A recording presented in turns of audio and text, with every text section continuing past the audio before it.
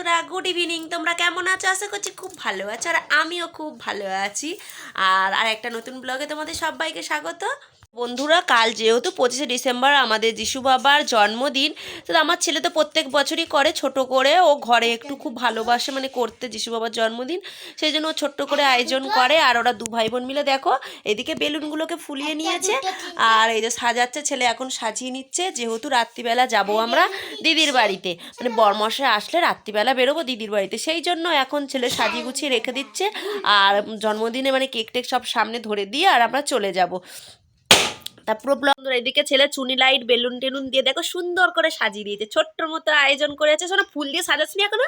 না, এটা সাজাবো একটু পরে, একবার যখন যাবো তখন যাবো, তখন সুন্দর করে ছোট্ট করে সাজিয়েছে। ক্রিসমাস ট্রিতেও দিয়ে দিয়েছে লাইট। আর এইদিকে দেখো এখনো ফুল টুল দেবে, মানে ফুল টুল বলছি, ফুল দিয়ে সাজাবে।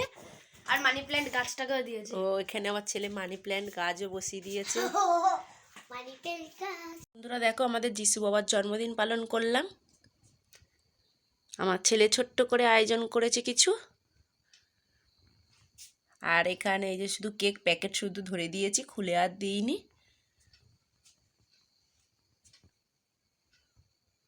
এদিকে বরমশাই কাছ থেকে চলে এসছে, খাওয়া দাওয়া সেরে বেরিয়ে পড়লাম দিদির বাড়ির উদ্দেশ্যে। দেখো, আর এইদিকে 12টা বাজতে 10 মিনিট বাকি দিদির বাড়ি গিয়ে ঢুকেছি। মানে আমাদের বরমশাই আসতে এতটাই দেরি করেছে, সেই জন্য আমাদের যেতে অনেকটা দেরি হয়ে গেছে। রাত্রিবেলা দেখো পুরো রাস্তা ফাঁকা, কোনো মানুষজন আমরা দেখতে পাচ্ছি না। আর এই দিকে দেখো, আমি বাড়িতে কিন্তু সবকিছু মানে যিশু বাবাকে জন্মদিন 12টার আগেই পালন করে চলে আসতে হয়েছে। আমরা দাঁড়িয়ে আছি, গেটে তালা মেরে ঢুকে গেছে কুটুসদের। না না, এত রাত হয়ে গেছে আর খোলা থাকে?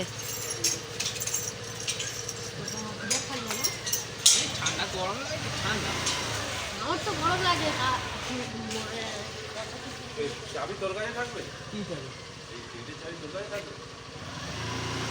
তারপরে এই যে দিদিদের গেটের সামনেটাকে কি সুন্দর করে সাজিয়েছে। চল এবার দিদিদেরকে কলিং বেল বাজিয়ে ডাকি।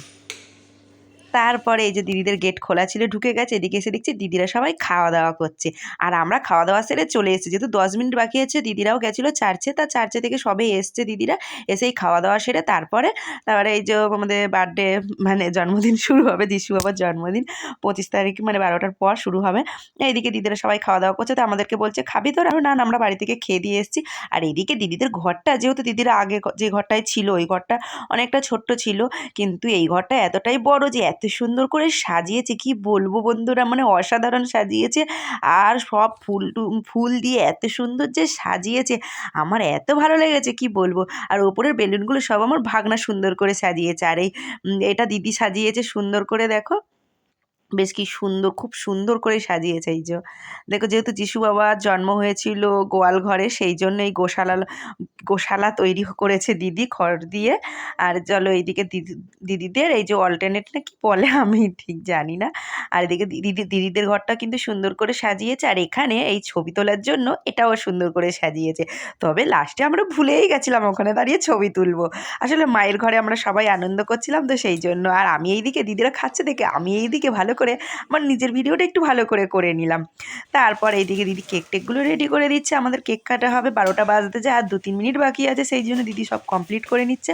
তা দিদির কেকটা কিন্তু নিয়েছিল, খুব সুন্দর অসাধারণ কেকটা ছিল, যেহেতু পুরো চকলেটে ভরা। কিন্তু বাইরে যেহেতু দিদিরা আসার পথে কেকটা নিয়ে এসেছিলো মিয়মোড়ের থেকে, সেই জন্য বাইরে কেকটা ছিল একটু হয়ে গেছে, নরম হয়ে গেছিলো, চকলেটগুলো গলে যাচ্ছিলো। দাঁড়াও দাঁড়াও, সবাই একসাথে দাঁড়াও না,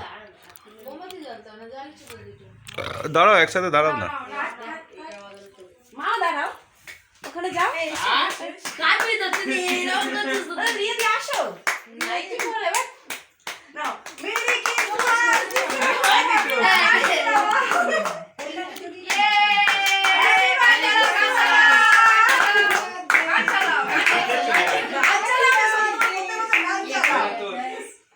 যেহেতু দিদিদের খেতে খেতে 12টা বেজে গেছিলো, তাড়াতাড়ি করে কেক কাটাটা হয়ে গেছিলো। আর এদিকে ভুলেই গেছিলাম যে যে গান চালাতে, দিদি আবার গান চালাতে গেল। তারপরে সবাই মানে ছোটরা বড়দেরকে নমস্কার করলো। আমার ছেলে গিয়েও 400 টাকা 420 টাকা হয়ে গেল, সবাইকেও নমস্কার করেছিল, সবাই ওকে দিয়েছে।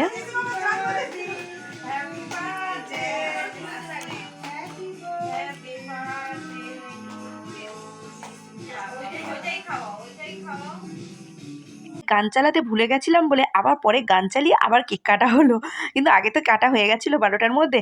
তারপরে ছোটরা মানে কুটুস খাইয়ে দিচ্ছে মাদেরকে, আমার ছেলেকেই প্রথমে খাইয়ে দিল। আর আমার ছেলে প্রণাম করতে ছেলে 420 টাকা হয়ে গেল। দিদিরাও ছেলেকে জামা দিয়েছে আর ভাগনাকে নমস্কার করেছে, ভাগনাও ওকে 200 টাকা গিফট দিয়েছে। ওকে সবাই পয়সা দিয়েছে, ওর নিজের টাকা থেকে ও ভাইকে আবার 200 টাকা দিয়েছে। আমার ছেলে তো খুব খুশি। এখন নাচতে শুরু করে দিয়েছে। তাই একটু বাজি ফাটানোর খুব প্ল্যান করেছিলাম, কিন্তু বাজিটা আর ফাটাতে পারবো না, কেন মাদের ছাদে তালা মেরে দিয়েছে, তাই আর বাজি ফাটানোটা হবে না। এটা কালকে সন্ধেবেলা বাজিগুলো ফাটানো হবে।